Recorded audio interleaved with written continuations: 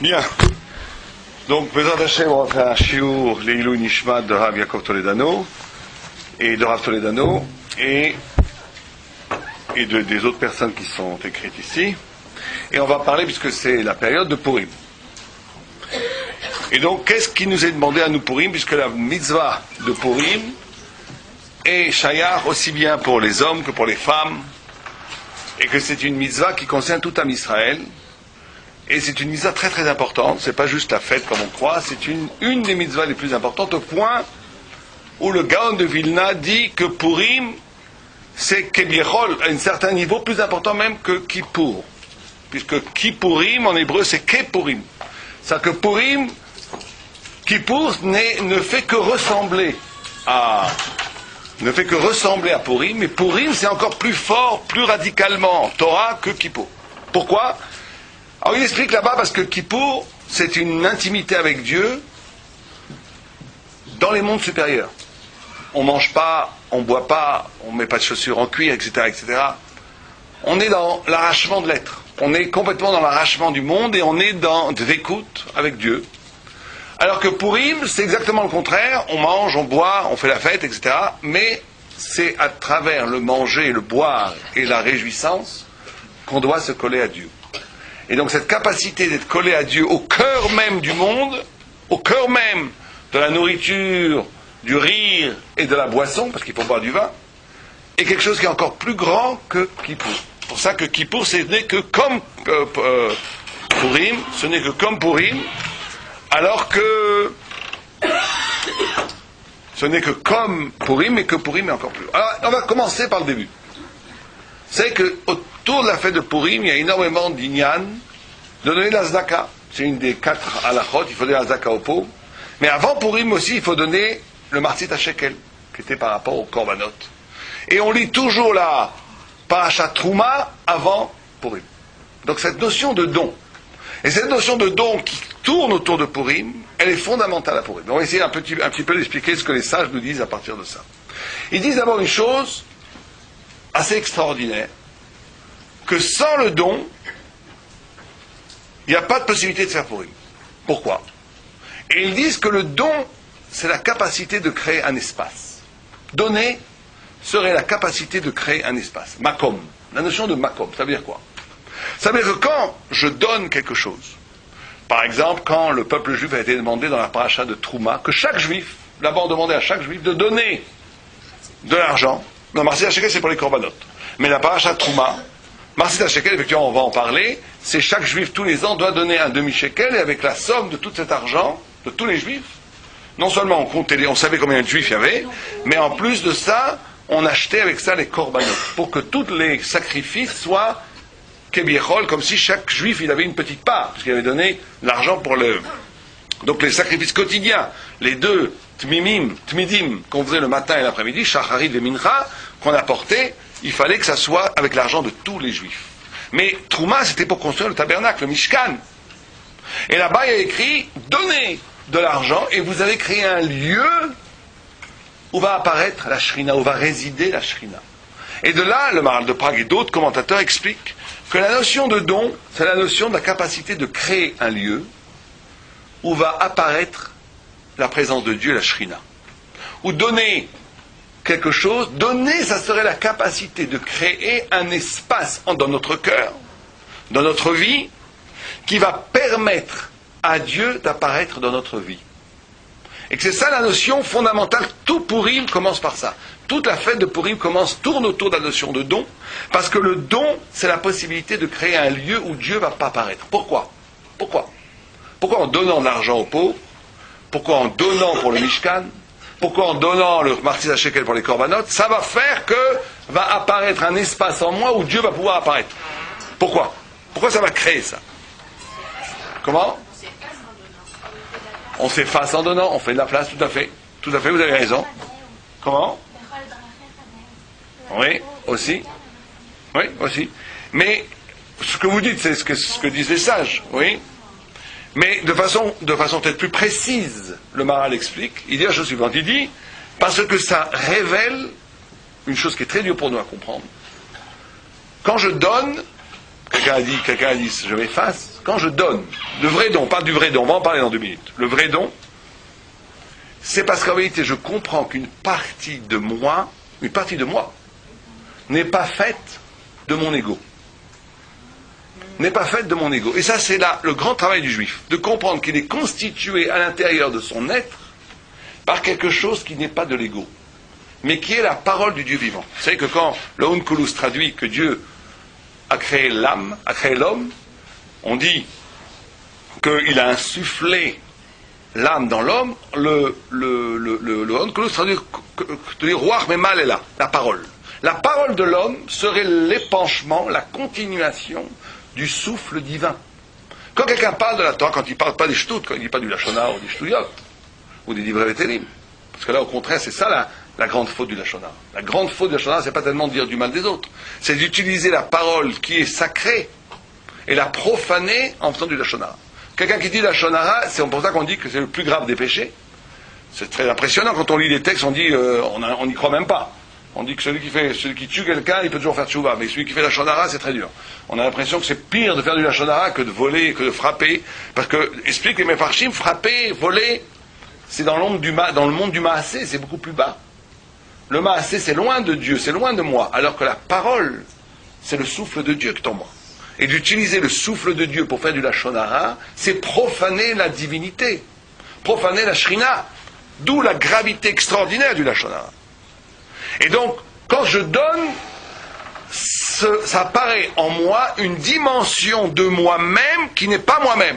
Ou plutôt, qui est une dimension de moi-même qui est de l'ordre de la révélation de Dieu qui s'opère en moi-même, qui est en vérité le vrai moi-même, mais que la pensée naturelle, que la vie quotidienne me fait croire que ce n'est pas vraiment moi-même. Que moi, c'est mon ego. Moi, c'est mon intérêt. Moi, c'est ma personnalité. Moi, c'est mes intérêts, etc., etc. Alors que notre vrai nous, notre vrai moi, il est constitué, le centre de gravité du psychisme de l'humain, le centre de gravité de la neshama de l'homme, c'est la parole de Dieu qui est quelque chose de désintéressé fondamentalement. D'où la nécessité fondamentale pour le juif et pour les juives, pour nous, de faire des actes lishma. De faire des actes lishma, de faire des actes désintéressés. Parce que c'est à ce moment-là, paradoxalement, c'est un grand paradoxe. Un rave, une fois, m'avait dit, le grand paradoxe du juif, c'est quand il est prêt à s'abandonner qu'il se trouve. Quand il est prêt à oublier un peu lui-même, c'est là où il va se retrouver vraiment. Et beaucoup de gens passent leur vie à tourner autour d'eux-mêmes et ne pas véritablement vivre eux-mêmes. Quand ils vont arriver après 120 ans là-bas, on va leur dire, mais tu n'es pas là. Comment je suis pas là? Je suis là. Non, tu n'es pas là. Tu n'as jamais été toi-même parce que tu as toujours été pour toi-même. Alors que devenir soi-même, c'est la capacité justement de toucher ce point infiniment plus grand en nous, qui nous constitue, qui est la parole de Dieu, et qui est donc par essence le désintéressement. D'où la notion fondamentale du don. Il y a une histoire qu'on raconte très souvent, mais qui est très impressionnante. Vous savez qu'une fois, il y avait dans une école un rebeu comme ça, très dur, qui faisait peur aux enfants, mais qui était un bon rebeu. Il a posé aux enfants, quelle est pour vous la chose la plus importante? Pour vos parents, pour vous. Et tout le monde a dit, bien sûr, la Torah, les mitzvot, la Torah, le Shabbat. Et il a commencé à dire le tchoulent. Le tchoulent. Alors le rebeu, il a dit quoi? Mais il a vu que l'enfant, il disait pas du tout ça par chutzpah. C'était quand même pas un rebeu imbécile. Il a vu qu'il s'apprêtait à lui donner un coup. Mais il a vu que le rebeu n'était pas du tout... Il a vu que l'enfant n'était pas chutzpah, c'était pas de l'insolence. Il a vraiment dit ça, bête mimout, innocemment. Le plus important, c'est le tchoulent. Il a dit, mais pourquoi tu dis ça? Il dit, c'est très simple. Parce que mon père, son père était un immense Talmid Chacham d'Afka. Mon père, c'est un immense Talmid Chacham. Quand il étudie la Torah, je peux le déranger. Je lui pose des questions, il me répond. Mais quand il mange son tchoulent, c'est sacré. Là, bon, pour les autres, ça sera le couscous ou la boutarde, chacun selon sa chita. Mais quand je mange le tchoulent, la boutarde, le couscous ou le verre de vin ou ce que vous voulez, à ce moment-là, je ne peux absolument plus lui parler. Donc l'enfant comprend. Vous savez que les enfants, ils ne comprennent jamais le baratin. Les enfants, l'éducation, vous pouvez leur dire tout ce que vous voulez, vous pouvez dire les plus belles images, les plus belles Torah, ils voient ce que vous êtes vraiment. Si quelqu'un, il étudie la Torah, mais qu'en vérité, il voit des films, il est intéressé par... L'enfant, c'est ça qu'il va voir. Il va pas voir les beaux discours des parents, il va voir ce que le père ou la mère, ça les intéresse. Parce que l'enfant, c'est ça qu'il reçoit. Et c'est une chose, quelqu'un à qui on ne peut pas mentir, c'est ses enfants. Ses enfants voient. Et lui, il a vu que fondamentalement, le père, le moment du... Bon, le pauvre Talmid Chacham, justement, il était tellement fatigué, il dansait toute la journée. Il avait besoin de son moment Il avait besoin de son moment de relax. Alors justement, le Rebbe, il continue, il dit, attends, c'est pas logique ce que tu dis. Imaginons que ton père, si on lui proposait d'étudier la Torah pendant 1 heure ou manger du tchoulin, il va choisir la Torah. Il va choisir la Torah. Donc tu vois que c'est pas vrai ce que tu dis. Et l'enfant, il lui répond, oui, mais ça sera pour sa Torah à lui, pas par la Torah à moi. C'est-à-dire que l'enfant a ressenti à ce moment-là que, et là c'est très grave, que le père avait une spiritualité justement où il n'y avait pas de place pour l'autre. Une spiritualité où même sa Torah, et c'est un Talmid Chacham, il a écrit des livres, etc., mais c'était une Torah, une spiritualité justement où il n'y avait pas la notion de makom. Parce que la notion de makom, c'est la position de don désintéressé qui va créer un espace où Dieu va apparaître, mais aussi où l'autre va pouvoir s'épanouir, où l'autre va exister à travers moi. C'est pour ça qu'on voit, c'est comme ça qu'on vérifie d'ailleurs le vrai altruisme, le vrai Bal Chesed. Il y a des gens qui font du Chesed toute la journée, mais en vérité, ils étouffent les gens avec qui ils font du Chesed.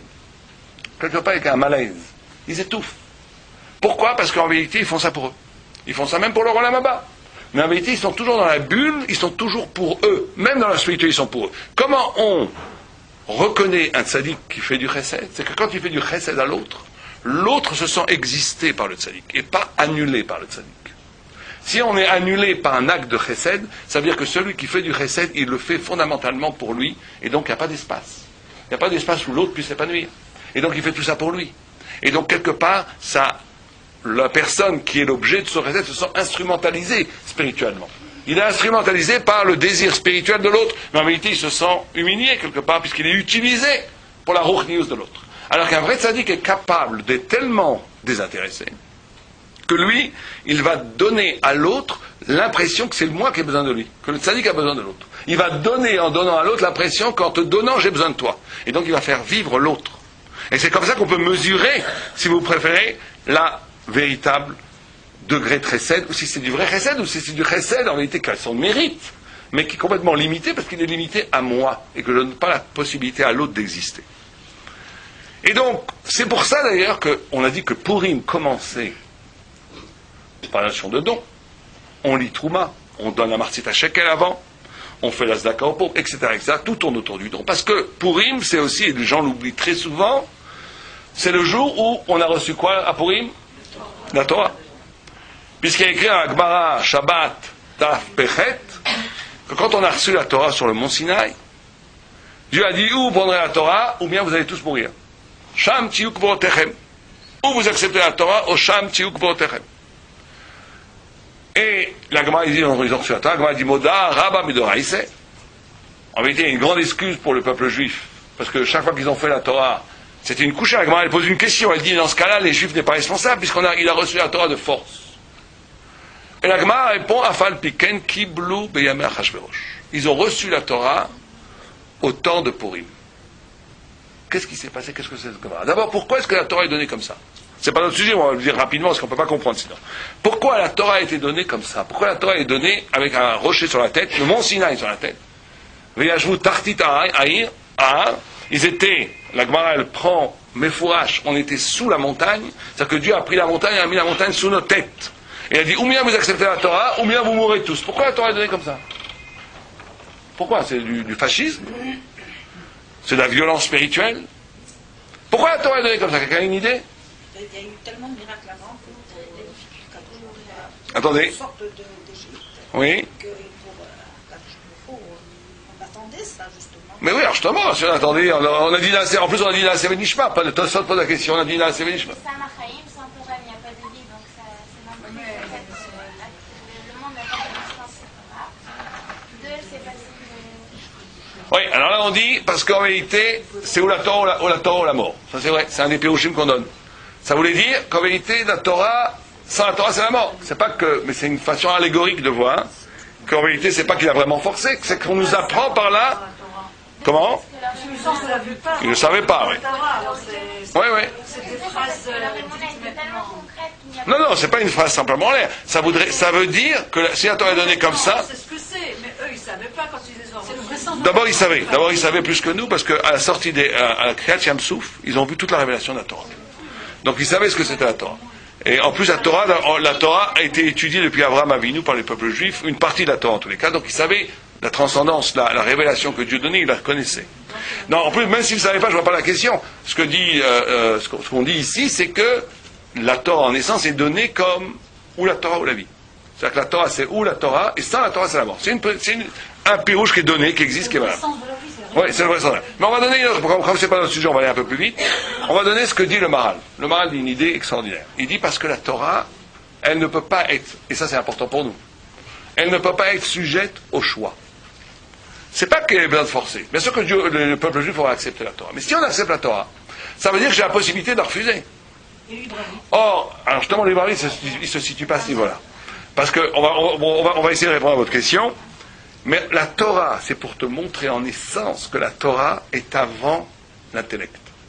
Que l'intellect, qui est l'élément avec lequel tu choisis, j'utilise mon esprit pour choisir, oui ou non.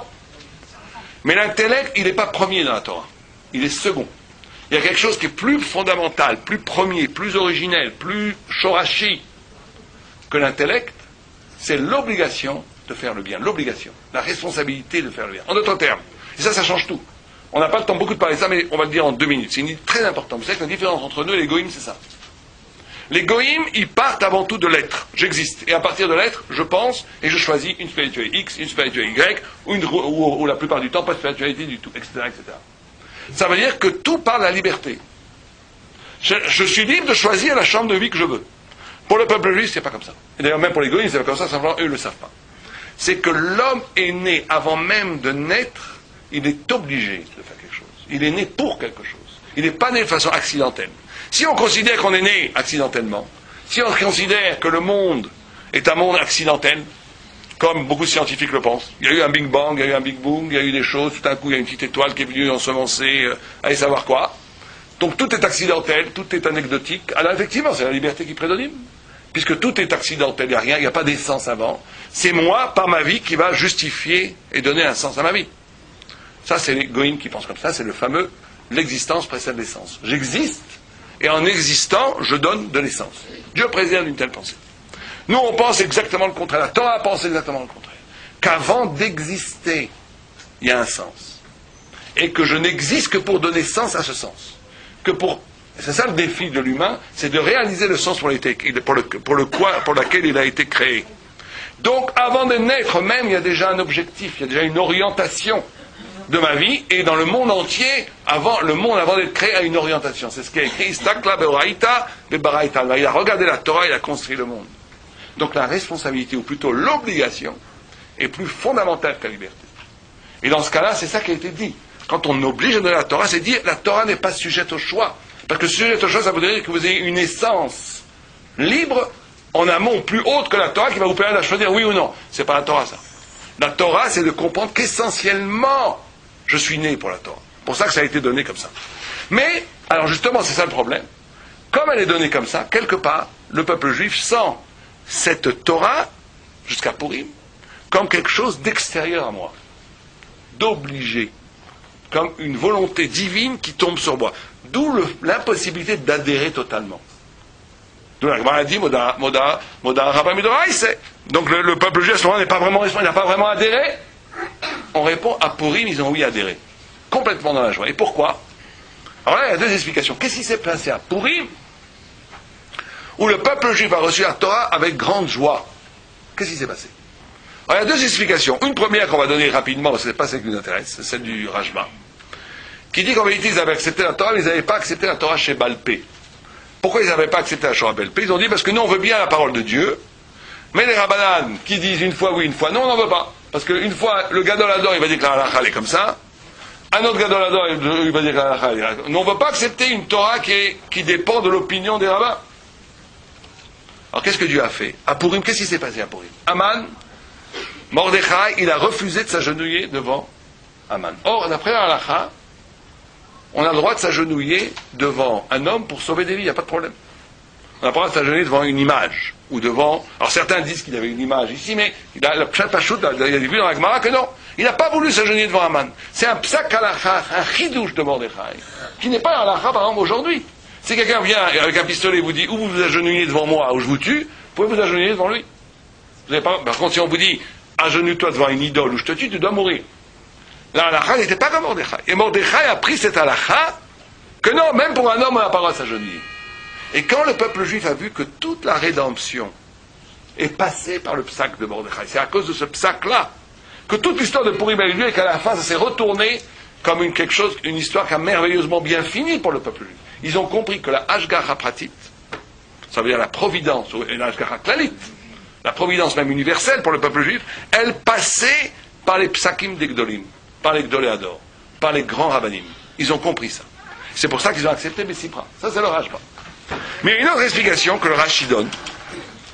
Et Rashi dit, ils ont accepté Bessipra, Rashi dit Be'avatanes, et justement, c'est ça qui est paradoxal, vous savez que il n'y a pas une seule fois le nom de Dieu dans la Megillah. Pas une seule fois. Parce que c'est Esther, ça vient de Nistar, mystère, l'origine française du mot mystère vient de Nistar, de Esther, c'est le même mot. C'est le mystère, c'est ce qui est caché. C'est-à-dire que Dieu est caché. Pendant Purim, Dieu est caché. Et c'est parce que Dieu est caché que paradoxalement, qu'il ne se révèle pas, que le peuple juif a accepté la Torah Bessibra. Pourquoi? Parce que quand Dieu se révèle, comme il s'est révélé pendant des siècles avec la prophétie, c'est que c'est la fin de la prophétie, la Gemara elle dit que la fin de la prophétie c'est Esther. Alors, il y a quelque chose encore une fois où j'ai du mal à comprendre que ce qui m'est dit du ciel, c'est moi. Ce qui m'est dit du ciel, je le prends de façon naturelle comme quelque chose qui vient de l'extérieur et qui m'est imposé et qui n'a rien à voir avec moi, qui n'a pas rapport avec moi. Or, quand Dieu s'est caché, quand il y a le mystère, quand il y a le Esther Panim, quand Dieu cache, et que la providence se passe dans les mécanismes de l'histoire, on a l'impression que c'est une histoire mécanique, une histoire qui pourrait être tout à fait naturelle. Quand Dieu se révèle comme ça, je commence à adhérer complètement à la Torah parce que je comprends, et ça c'est aussi la notion fondamentale de Purim, je comprends que les mitzvot, la Torah, c'est pas quelque chose d'extérieur à moi, c'est la révélation profonde de qui je suis. De qui je suis. Que je suis une partie de la Torah, et que la Torah est une partie de moi. Et c'est ça qui donne la simcha. Et là, on arrive à un des points fondamentaux de Purim, qui est que la notion de simcha, un grand rave disait, il n'y a que le juif, le tzaddik, qui peut être vraiment sa mère. Parce que justement, il peut unir ces deux dimensions. Vous savez que quelqu'un, la Torah, il a écrit Charut ala luchot, al tikra Charut ala cherut. Il a écrit gravé sur les tables. Ne lis pas gravé, lis liberté sur les tables. Liberté sur les tables, c'est quoi la notion de liberté? Qui est libre? Celui qui est lui-même. La liberté, c'est de vivre sa vie, d'être soi-même. Être esclave, c'est vivre les vies par procuration, vivre un temps qui n'est pas ton temps, être fouetté par le désir, être fouetté par le travail, par le social, par tout ce que vous voulez. Être esclave, c'est-à-dire vivre un temps, vivre une vie qui n'est pas ma vie, ou dire des paroles qui ne sont pas moi. Il y a des gens qui répètent toute la journée ce qu'ils entendent à la radio, à la télé ou dans les livres. Ils ne sont pas eux-mêmes. Ils disent des choses, ils ne sont pas eux-mêmes, ils sont esclaves de tout un système qui les formate pour dire ce qu'ils ont à dire. Malheureusement, il y a des gens aussi qui sont esclaves dans la Torah. Ils disent des choses, c'est pas eux. C'est pas eux. Être à la liberté dans la Torah, c'est d'être toi-même. Or, c'est ça le grand miracle de Purim, c'est que le peuple juif comprend Charut ala luchot. C'est à ce moment-là qu'ils le comprennent. Ne lis pas gravé dans les tables, mais liberté dans les tables. C'est que je comprends que les mitzvot sont une partie de moi-même, une révélation de ce qu'il y a de plus intime en moi. D'où la notion de Charut ala luchot. Au point que les Chazal disent que chaque mitzvah, les 248 mitzvahs positives, correspond à une part du corps. Par exemple, la mitzvah de Pessah, de raconter la sortie d'Égypte, c'est le P, c'est la mitzvah du P, c'est à ce moment-là qu'on arrive à une libération de sa propre parole. On ne peut pas arriver à complètement épanouir sa parole si on n'a pas véritablement vécu un seder. De la même façon, pour les hommes, les tefilin, toute la praxis du bras et du cœur, de l'âme, l'unification du cœur et de l'esprit, n'est possible que à partir des tefilin, etc., etc. Chaque mitzvah est un tikkun du partir du nefesh, et du roi, et de la neshama. Et donc, la mitzvah révèle, épanouit, perfectionne, sublime les parts de l'humain. Donc, c'est Cherut. Donc, je deviens moi-même à travers les mitzvot. Mais c'est là où ça se complique. C'est pour ça que ce grand rave disait que là, il n'y a que le juif tzaddik qui peut être sa mère. Pourquoi? Parce que celui qui va s'occuper, étudier les sciences profanes, ou autre chose que la Torah, qui va passer sa vie à étudier d'autres choses ou à faire d'autres choses, ces autres choses, aussi intéressantes soient-elles, elles ne sont jamais une partie de moi-même. Un physicien qui étudie que les électrons tournent autour de l'atome, c'est très intéressant, mais ça ne change rien à ma vie intime. Un musicien, la musique c'est très beau, mais ce n'est pas quelque chose qui est une partie de moi. Donc en vérité, on ne peut jamais arriver à la joie totale, puisqu'il y a quelque chose, Au moment de mourir, même les plus grands professeurs de biologie, au moment de mourir, toutes ces connaissances en biologie, elles ont peu d'importance. Parce que c'est pas moi. J'ai simplement fait, comme le Maharal de Prague dit, il dit que les Chochmat Agoïm, c'est pas une vraie Chochma, parce qu'elles ne font que m'égaler la Mitziout. On ne fait que dire ce qui existe. On révèle ce qui existe. Mais cette chose, elle existe en moi. Et donc ça ne peut pas donner de vraie joie. Parce que quelque part, c'est quelque chose d'étranger à moi. D'un autre côté, si je m'occupe que de moi, aussi je ne peux pas être heureux, parce que je suis limité. La joie, elle meurt dans la limite. Chaque homme aussi, l'envergure aussi exceptionnelle soit-il de personnalité, il est limité. Or, la joie, elle est joyeuse dans l'illimité. Dès que tu la limites, c'est la tristesse. C'est pour ça que la Gemara, elle appelle un tefar, qui est exactement un tefar. La Gemara a un très joli mot, elle appelle un tefar atsuv. Un tefar atsuv, c'est un triste tefar. Alors qu'un tefar qui est un tout petit peu plus grand, un peu plus large, la Gemara, elle appelle un tefar sameach. La simcha, c'est toujours d'être plus, c'est l'abondance. Tefar, ça veut dire une mesure. C'est une mesure à peu près de 10 cm, de 9 cm. Donc, la Torah, c'est là où c'est extraordinaire. C'est là où ça amène une joie. C'est que quand je comprends que la Torah, en même temps, c'est pas moi-même, parce que c'est la volonté de Dieu. Et la volonté de Dieu, elle est infinie. Elle dépasse, c'est pour ça qu'il y a une infinité d'interprétations, c'est infini. Mais qu'en même temps, cette infinité, elle est liée à moi. Donc quand j'étudie la Torah, quand je pratique les mitzvot, je tisse une partie de mon être avec l'infini. Et donc là, il n'y a pas de joie plus extraordinaire que ça. Parce que c'est en même temps moi, et c'est pas limité par moi. C'est en même temps moi, et c'est en même temps l'infini. C'est en même temps moi, et c'est en même temps l'éternité.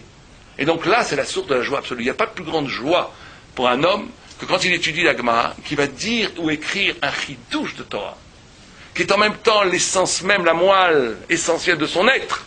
C'est son svara, c'est son chidouche. Personne n'a dit cette idée avant lui. Donc c'est lui, c'est lié à son être, mais en même temps, c'est quelque chose qui était latent dans la Torah depuis l'éternité, depuis le début du monde, et qui attendait d'être révélé par cette personne, et qui va devenir, quand c'est un vrai chidouche, une partie de la Torah elle-même. Donc il devient lui-même de la Torah. Il devient lui-même de l'éternité. Il n'y a pas plus grande joie que ça. Et c'est pareil pour quand on fait les mitzvot. Je fais une mitzvah, c'est pas que pour moi. Je fais une mitzvah et j'inscris cette mitzvah dans l'économie générale de la volonté de Dieu qui me demande de faire cette mitzvah, et donc je m'étaquenne le monde. Je sauve le monde. Quand on fait les mitzvot, il faut savoir qu'on sauve le monde, qu'on arrange le monde. Et donc je deviens une partie de la volonté de Dieu. Et donc là, ça amène à la joie extraordinaire. Pour lui, ça s'est passé en 9 ans et au milieu, il y avait Pessah. Comment? L'histoire de Purim, c'est 9 ans. 9 fois. Oui, il y a eu 9 fois Pessah, oui. 9 fois Pessah. Et d'accord, ils ont jeûné pendant 3 jours, mais je crois que c'était interdit de mettre Pessah. Non, 3 jours on peut. Pas plus de 3 jours. Ouais.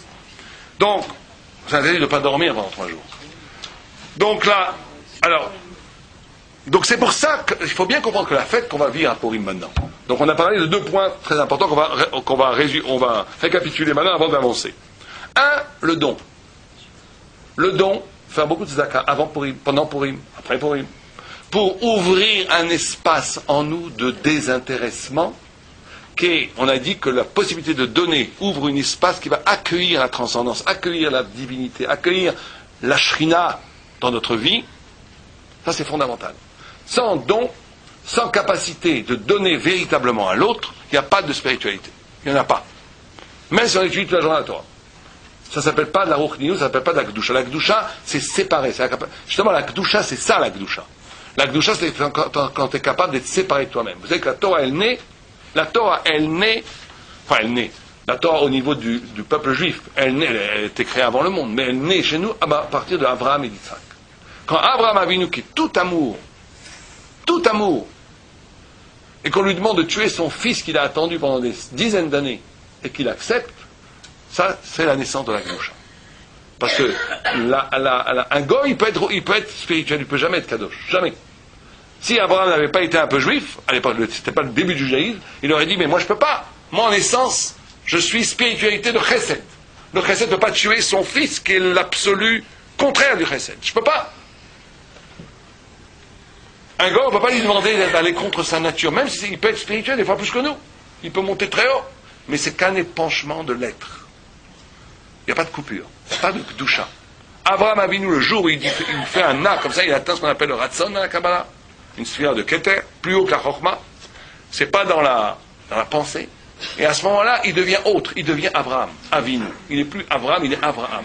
Il devient quelqu'un d'autre. Il devient quelqu'un qui a dépassé lui-même, qui a fait un acte qui n'est pas dépendant de sa nature, mais qui est dépendant de la voix de Dieu. C'est pas avec Yitzhak. Yitzhak est tout djinn, gvura. Il aurait dû dire, non, d'après la halakha, on n'a pas le droit de me tuer. Il aurait dû faire un pile pulchio, dire, c'est absolument assaut. Non, il est d'accord, il a fait un acte d'amour extraordinaire, il a donné son corps. Il a fait un acte de chesed. Chacun a fait le contraire de ce que sa nature. Et là, le Zohar dit, à ce moment-là, le ciel s'est créé. Shamaim esh v'maim beyachad. C'est-à-dire qu'il y a eu un renversement. Et ce renversement a permis la Gdusha. Or, ce qui nous est demandé à Purim, c'est justement un des choses, des points. Donc on a dit, la capacité de donner, de faire apparaître en nous-mêmes de l'être, et que c'est cette capacité-là de donner, de désintéressement, qui va créer un lieu où il va avoir l'accueil qu'on a reçu la Torah, et de comprendre, à Purim, il faut comprendre que les mitzvot, que la Torah, c'est la part de joie de l'existence, parce que c'est en même temps nous-mêmes, et c'est en même temps les deux. C'est nous-mêmes, et c'est l'infini de Dieu en même temps. C'est que ça, c'est la position magnifique de la Torah, que très peu de gens peuvent comprendre, même des Juifs sont trompés. C'est ce rapport paradoxal qu'on a avec Dieu. C'est en même temps l'infini de Dieu. Tout celui qui réduit Dieu à un copain chas de shalom, ou à quelqu'un, les gens ils disent, moi je m'arrange avec Dieu, vous savez, c'est l'avodah zara, pas chout. C'est ce que le Rashi dit, il dit l'avodah zara, c'est de halil, de faire de Dieu quelque chose, un petit Dieu. Ça, tu le réduis à tu deviens une familiarité avec Dieu, Dieu préserve. D'un autre côté, il y a eu des gens comme Lebovitch, par exemple, qui s'est complètement trompé. Lui, il a tellement été sensible à cette idée qu'il ne fallait pas de familiarité avec Dieu, qu'il ne fallait pas tomber dans la mystique facile, qu'il ne fallait pas tomber de mettre, comme il disait, Dieu dans sa poche, Chas Shalom. Il avait raison. Mais lui, il a tellement été loin dans cette idée qu'il a dit, donc, on n'a aucun rapport avec Dieu. Il est là-haut, je suis en bas, moi je fais les mitzvot, c'était le yéké absolu. C'est un yéké, mais c'est un yéké absolu. Ça veut dire la yékitude poussée jusqu'au bout. Je fais les mitzvot, c'est tout. Faut pas m'en demander tout, il n'y a aucun rapport. Je fais parce qu'il faut les faire. Pourquoi, j'en sais rien. Ça, c'est sans aucune relation. Dieu préserve, ça aussi, c'est complètement pas soul. Le peuple juif, c'est très dur à soutenir le deux. Il faut soutenir les deux propositions. On n'a pas le temps aujourd'hui d'expliquer. On pourrait faire juste un cours sur ça, mais les deux propositions doivent être soutenues, ou que Dieu est absolument transcendant. Pas de familiarité. Mais cette non-familiarité n'exclut pas une extraordinaire intimité. Les deux en même temps. Et en vérité, si on étudie bien les textes, c'est pas juste les deux en même temps, c'est l'un et la cause de l'autre. Celui qui est familier, il n'a aucune intimité. Et celui qui sait garder ce rapport de respect absolu, de distance absolue, de savoir que c'est l'ineffable, parce que justement, il est capable de porter cette infinie distance, il va trouver que ça va ouvrir en lui une dvekut, une envie de se coller à cette infinité. Ça va révéler en lui son côté d'intimité extraordinaire avec Dieu. Les deux vont en même temps. Et donc ça, c'est les deux choses. Le don qui ouvre l'espace, qui permet l'apparition de la Shrina, et donc le reçu de la Torah à Purim, ça c'est la chose. Troisième chose, on a dit, Purim, ce qui est très important à Purim, c'est la notion de renversement. De Hippour. De Hippour.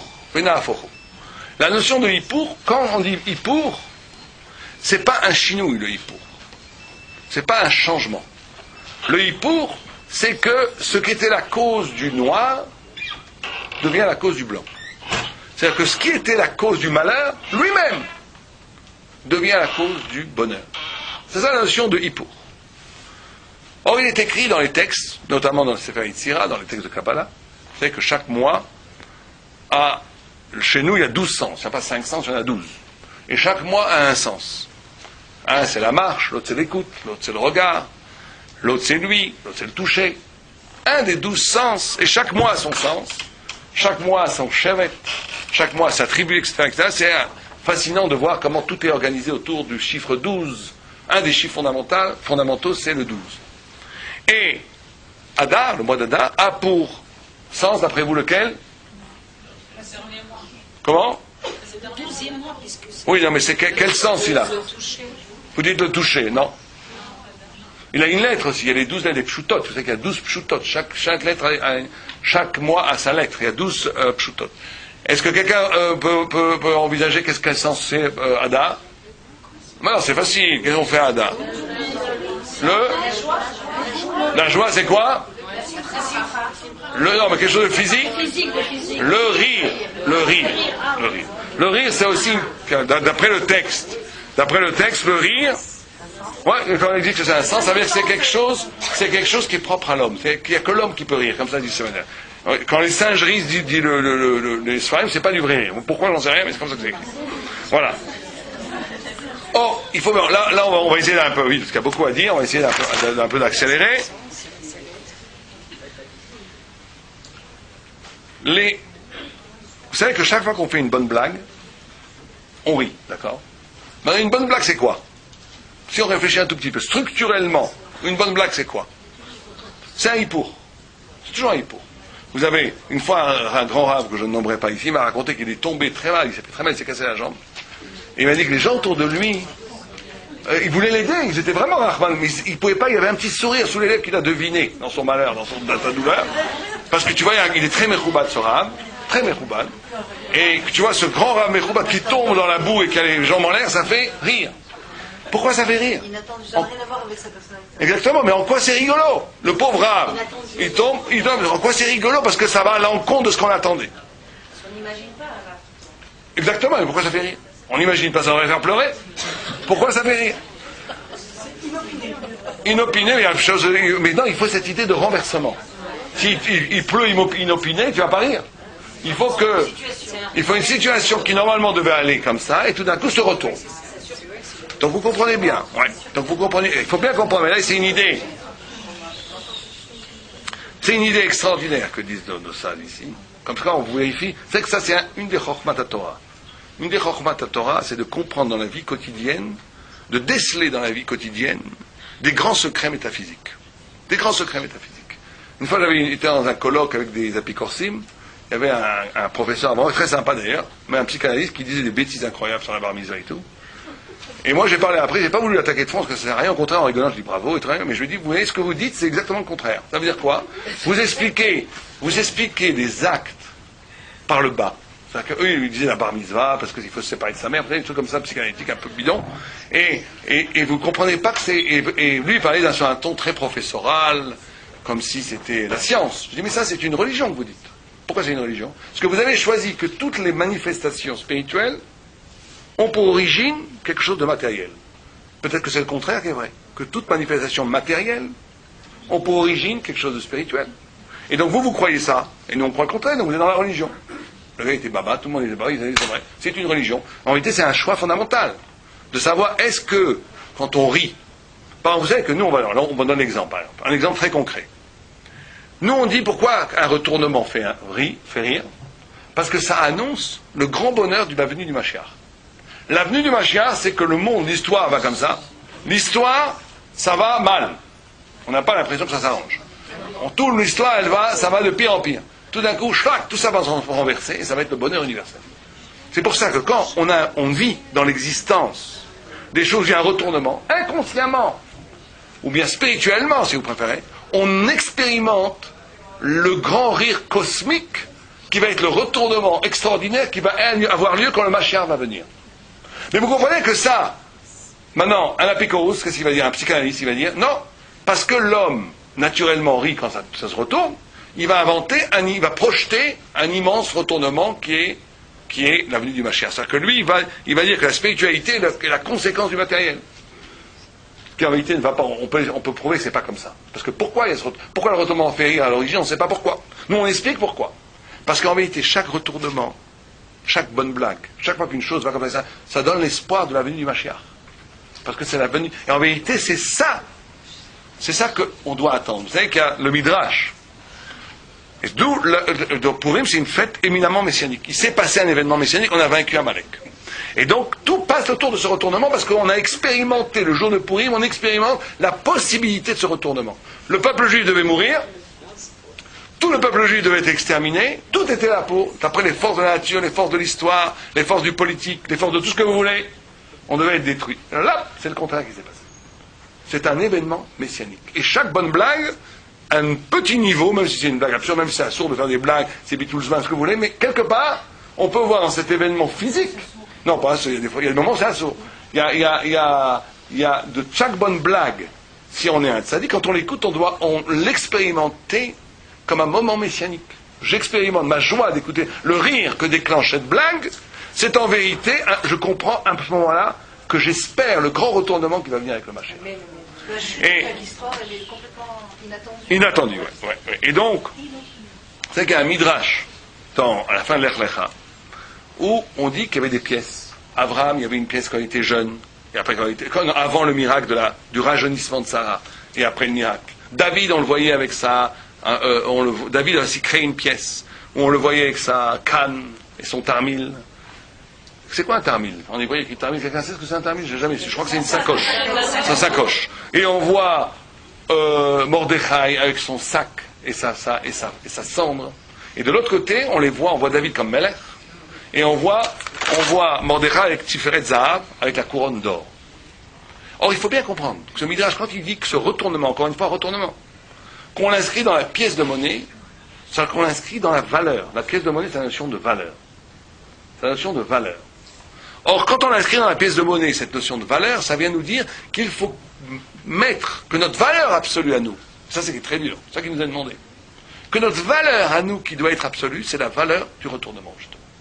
Que le peuple juif, que chaque juif, ne doit mettre son espoir, ne doit donner de valeur absolue que dans l'espoir du retournement radical qui est le Mashiach. En d'autres termes, ce retournement-là est inscrit dans la pièce de monnaie pour nous enseigner que la seule valeur sur laquelle on doit véritablement espérer, c'est la valeur messianique. Et que de mettre sa confiance dans d'autres valeurs, que ce soit l'État, tout ce que vous voulez, sauf si on lui donne, certains veulent lui donner une civilisation messianique, peut-être.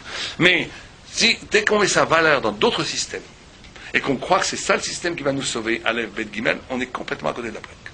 Le seul système qui va nous sauver, c'est le système de la valeur du retournement. Et il faut mettre tous ses espoirs. Pour nous, pour un juif authentique, la seule chose qui compte, c'est la venue du Mashiach. C'est l'attendre. Et un juif authentique, il passe sa vie à attendre ce retournement. Il ne peut pas supporter le monde comme il est créé dans son sheker, comme il est organisé autour du sheker économique, autour du sheker social, autour du sheker métaphysique, autour du sheker idéologique. Tout ce qui se passe autour de lui, un vrai tzaddik, ça le dégoûte. Ce qu'il attend, c'est le retournement de tout ça. Vous savez que le Chazonish, quand quelqu'un frappait à la porte, il dit c'est lui. Il croyait que c'était le Mashiach. Quand il entendait quelqu'un qui disait il est arrivé, il disait quoi, le Mashiach est arrivé? Non, c'est Pierrot qui vient d'arriver. Bon, et il repartait, mais il attendait, il vivait comme ça, il attendait chaque seconde que le. Mais attendez, je veux finir avec ça parce que dommage, on n'a pas le temps de finir, mais on va au moins essayer de synthétiser. Il faut bien comprendre que la cause, cette pièce-là, on dit que la cause que David est devenu Melech, c'est parce qu'il a été capable d'être berger. Et que la cause pour laquelle Mordechai a porté la couronne d'or, c'est parce qu'il a été capable de se mettre dans le sac et dans la cendre, etc., etc. En d'autres termes, il faut bien comprendre que la cause de la libération va être la façon de vivre son malheur. Et ça, c'est une chose très importante pour nous. Très importante pour nous. On ne va se libérer de tous les malheurs, chacun individuellement, que quand on comprendra qu'il faut déjà voir la splendeur, il faut déjà voir la royauté chez David quand il était berger. Quelqu'un disait, que je connaissais bien, il disait, quelqu'un peut être roi dans sa tanière. Quelqu'un qui n'a pas d'argent, et quelqu'un peut être esclave dans les palais. On peut vivre une royauté dans les conditions les plus impérieuses. C'est une façon de vivre. Une façon de vivre. Je suis roi, parce que je ne suis pas dépendant de quoi que ce soit. Je suis dépendant de Rathan Hashem. Même si j'ai rien, même si je suis un mendiant, je suis un roi. Et quelqu'un, il peut être le roi du monde, à la Maison Blanche, un esclave en réalité. Il est complètement esclave des mécanismes qui l'entourent. On peut être roi dans sa tanière. Et David Amelech est devenu roi d'Israël, donc le père du Mashiach, parce que justement, il a été Anav. Il est arrivé à la gloire parce qu'il était Anav. Mordechai a réussi à porter la couronne d'or parce qu'il était capable de vivre dans l'espoir. Il était capable de voir dans la cendre et le sac la splendeur. Et donc nous, chaque fois, quand il nous arrive des malheurs, il faut bien qu'on essaie ça être libéré. Quand il arrive des malheurs et des problèmes, il ne faut pas les absolutiser. Si on les rend absolus, si on dit c'est indépassable, en vérité on devient esclave. La problématique de l'esclave et du prince qui traverse toute la Torah, qui est prince, qui est esclave. Une des façons d'être prince, c'est d'être capable de dire que chaque fois qu'il m'arrive un malheur, c'est pas définitif. Non seulement c'est pas définitif, mais le malheur va être la cause d'un bonheur infiniment plus grand s'il n'y a pas eu le malheur. Et d'être capable Et la vraie joie et la vraie liberté, ça va être quand quelqu'un... Et ça, la plupart des gens l'ont quand ils meurent. Ils arrivent au ciel, ils comprennent. Ah, c'était pour ça. Ils comprennent que tout leur malheur, c'était en vérité des éléments qui étaient là comme source d'un dépassement, d'un bonheur futur extraordinaire. Mais on ne comprend pas, parce qu'on est toujours limité par le malheur. On ne peut pas le voir. Il y a des malheurs tellement grands, on ne peut pas voir l'horizon. Mais en vérité, il y a tous les malheurs, le noir, le noir, c'est la cause du bonheur futur. Et c'est ça que, Purim, c'est ça la mission de renversement. C'est pour ça qu'on dit, Baruch, on doit boire jusqu'à qu'on bénisse Aman. Pourquoi on bénisse Aman? Parce que Aman, même qui est le mal, qui est Amalek, dans l'économie générale, dans la vision de Dieu, Aman, dans l'économie, est absolument nécessaire. Et Purim, c'est pour ça qu'on dit que c'est encore plus grand que Kippour. Parce qu'à Purim, on doit boire pour arriver à un niveau de conscience spirituelle où je vois le monde comme Dieu voit le monde. Comme Dieu voit le monde. Et c'est pour ça d'ailleurs qu'on dit Baruch Haman, et on doit même dire le contraire par rapport à Mordechai. Tout le monde pose la question, pourquoi on doit dire le contraire par rapport à Mordechai? Qu'est-ce qu'il a fait de mal Mordechai? Parce que Mordechai, même si on en a besoin toute l'année, c'est les Rabbanim, c'est un écran entre toi et Dieu. Quelque part, le Rav, il a besoin du Rav pour arriver à Dieu, mais c'est un écran. À Purim, on est tellement haut qu'on n'a plus besoin de Mordechai. On dit le contraire de Baruch. On dit on est avec Dieu complètement. On voit avec le regard de Dieu. Hein? Non, on ne dit pas. Mais on dit le contraire. Oh, et on va finir avec ça. On prend une minute juste pour finir. Et ça, c'est une chose fondamentale. Parce que vous savez que Purim, c'est la guerre avec Amalek. Et on a dit que tout tourne autour de cette histoire d'argent. Vous savez qu'à Purim, on donne le Chetzit HaShekel et que Moshe Rabbeinu, il ne comprenait pas comment le Chetzit HaShekel pouvait amener Kaparat HaNefesh, pouvait amener la Tchouva. Comment donner amène une Kapara. Et Dieu lui répond en prenant une petite pièce, la demi-shekel de son trône divin, et il lui montre une pièce de feu, une pièce qui brûle. Quelle est la réponse à sa question? Il ne comprenait pas comment on peut donner un Chetzit HaShekel et Mechaper Nafsho. Comment ça peut... Mechaper, ça peut... j'ai oublié le mot en français. Absoudre l'âme ou bon... expier l'âme. Il ne comprenait pas. Et Dieu lui montre une pièce de feu. Qu'est-ce que c'est que ça? Le feu, faites bien attention, le feu a comme qualité qui fait quoi? Qui rend tout feu. Le feu rend tout feu. C'est-à-dire que, et là il faut bien comprendre, c'est ça tout pour him. La notion de valeur, la notion d'argent, l'argent, il là donne une valeur aux choses. L'argent a le pouvoir de donner des valeurs aux choses. Simplement le monde, on tient l'habitude, il utilise la valeur qui est une notion abstraite spirituelle pour servir la matière. C'est-à-dire qu'on va se servir de la spiritualité pour organiser la société. On va se servir de la notion de valeur pour organiser l'économie, etc., etc. Donc c'est la valeur, le spirituel, qui est au service du matériel. Ça, c'est Amalek. Am Israël, quand on lui montre cette pièce de feu, c'est exactement le contraire. Il dit, il va falloir créer une valeur qui vient du Kisei HaKavod, qui est le feu de la Torah, qui va rendre tout Torah. C'est exactement le contraire. C'est qu'une valeur, on va inverser la valeur. On va inverser le mouvement naturel de la valeur. Le mouvement naturel de la valeur, c'est que la valeur va permettre d'être au service du matériel. Nous, ce qu'on va faire, c'est que cette valeur, elle va complètement transcender toute matérialité. Elle va lui donner sa partie ça va être le contraire. On va tout rendre feu. On va tout rendre Torah. Et que c'est ça qu'il faut faire à Purim. C'est que la guerre, à Purim, c'est guerre d'Am Israël et Amalek. Or, Amalek, c'est exactement ça. C'est que quand on a fait la guerre avec Amalek, Yoshua faisait la guerre en bas, Malchut, Yoshua c'est Malchut. Moïse, il était en haut avec les mains, Moshe était en haut avec les mains, et il combattait l'ange d'Amalek avec ses mains, avec les 10 sphirotes de ses mains. Il faisait la guerre dans le ciel. Un faisait la guerre en bas, et un faisait la guerre dans le ciel. C'était une guerre extraordinaire, c'est une guerre totale. La Kabbalah, Amalek, c'est la déficience de la Mida de Gvura, c'est une guerre totale. Mais quelle est la guerre totale? C'est justement ce point-là. Amalek, dit le Midrash, c'est Amlokek. Amlokek, un peuple qui lèche. Et qu'est-ce qu'il lèche? Il lèche le sang d'Israël. Qu'est-ce que c'est que ça? Qu'est-ce que c'est que ça, lécher le sang d'Israël? Alors le Maharal explique comme ça. Il dit parce que le sang, le dam, c'est ce qui fait le rapport entre l'esprit et le corps. C'est le sang qui... Or, lécher, quand vous dites la notion de lécher, ou bien de goûter, c'est une notion de pur plaisir. En d'autres termes, Amalek, qui est aussi Reshit Goïm, qui est aussi très haut, c'est un peuple qui a aussi la spiritualité. Il vient de Esav. Il vient de Esav, qui est lui-même fils d'Yitzhak, fils de Yitzhak, frère de Yaakov, frère jumeau de Yaakov. Il a donc cette notion de forme séparée, de spiritualité. Mais toute la spiritualité est là pour regarder l'image très forte du Midrash, pour en jouir, pour la lécher. On va faire d'immenses, magnifiques concerts de Mozart. Dans Bach, dans Mozart, dans Beethoven, on sent la shrina, et la beauté de la shrina. Mais qu'est-ce qu'on va en faire? Une consommation culturelle. Tout le monde applaudit à la fin. J'en jouis, c'est tout. Ça n'a pas changé ma vie. Donc Amalek, qu'est-ce qu'il veut? Il veut que la forme spirituelle soit au service des ta'avot, au service de la matière. Le peuple juif, il doit faire exactement le contraire. C'est ça la guerre que nous allons faire avec Amalek. C'est pour ça qu'à Purim, on mange et on boit énormément. Parce que tout notre tikkun, ça va être d'être capable de que la jouissance physique que donne la nourriture, que donne la boisson, que donne la joie, que donne être avec des amis, il faut transformer tout ça en Torah, tout ça en don à Dieu. C'est pour ça que c'est plus grand que Kippour. C'est plus grand que Kippour, parce que là, il va falloir transformer le vivant en spiritualité, pas se couper du vivant pour être spirituel. Ça, c'est le plus haut niveau. Et donc, on résume les 4 halachot qu'on doit faire. On doit lire la Megillah. Lire la Megillah, c'est la notion de Megillah, c'est la révélation. C'est Pirsumei Nissa. Deuxièmement, on doit donner des cadeaux aux amis. Ça, c'est la notion de laisser apparaître en nous la notion de don, cette distance de l'autre. On doit donner l'argent aux pauvres. C'est la notion de transformation de l'argent. Comment on utilise l'argent? On n'utilise pas l'argent pour acquérir de la matière, mais l'argent pour faire des mitzvot. Et on doit boire, c'est toute l'histoire, enfin les hommes, les femmes ne sont pas obligés de boire.